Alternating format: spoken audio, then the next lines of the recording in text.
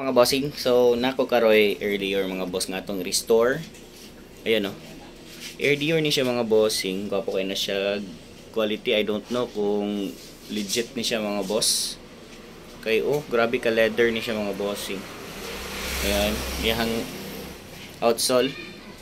Yan mga boss. Isa. Ayan o. So ato ni siyang i-restore karon, magmix ta og paint unya mga boss. So ang atong i-mix nga paint ani black o white ra gid ni siya para mahimo siya gray. So mag-restore ta karon, magmix ta og pintal mga bossing.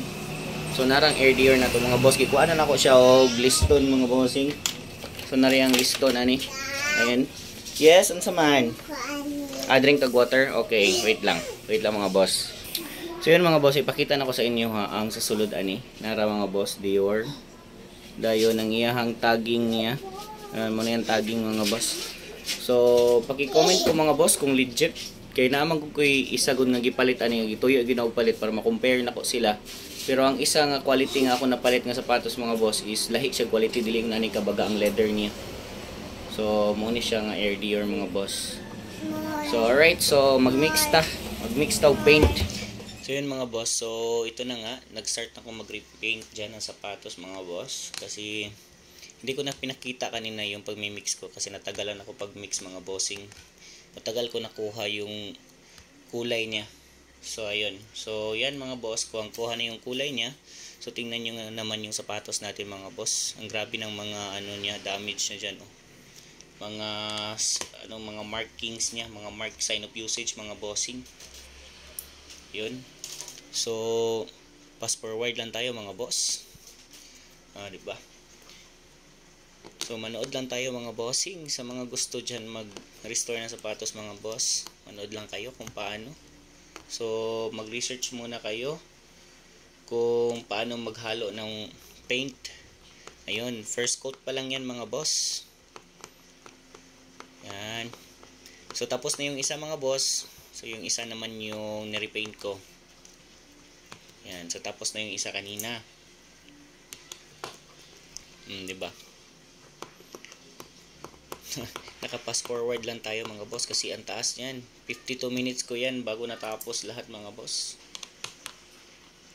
Pero hindi pa umabot ng 1 hour. 52 minutes talaga yung video. Tingnan kong video kanina, 52 minutes. So mabilis ko lang yung natapos kasi mainit kasi sa labas. Yan, nilagay ko yung sapatos sa init. Pagkatapos na mag-repaint ng isa, kukunin ko naman yung isa kasi madaling matuyo lang yan na paint mga bossing. Ayan, so second coat na yan mga boss, kinuha ko naman yung isa. So pangalawang coat na yan.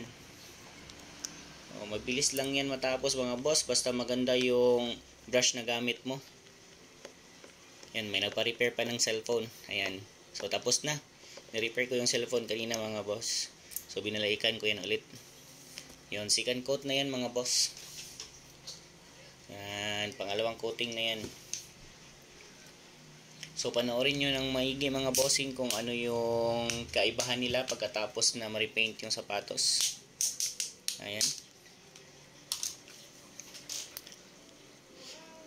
Ang mahirap dyan mga boss yung doon sa Air Dior na nakalagay. So mahirap i-repaint doon kasi merong white. Yan, yan dyan. So yan mga bossing, madali lang yan. So maraming scratches yan dyan. Pero madali ko lang yung yan mga bossing, pangatlong coat na yan mga boss. Yun, pangatlong coat na yan. Yun. So ginawa ko dyan sa pangatlong coat mga bossing, sa coating niya, ninipis ko na lang siya. Nipis na paint na lang yung gamit para hindi makita para hindi halata na nirepaint natin. Ayan o. So di ba halata naman na nirepaint, kitang-kita. So pagkatapos yan mga bossing, hindi na halata na nirepaint yung sapatos. Ni-restore. Yep. So yan mga bossing. So makikita natin yung kaibahan mamaya pagkatapos mai-repaint yung sapatos. And so tapos na yung isa, yan pangatlo na yan mga boss. So yung isang pair naman na sapatos. So kuhang-kuha talaga yung kulay, di ba? Ayun, kuhang-kuha yung kulay, men.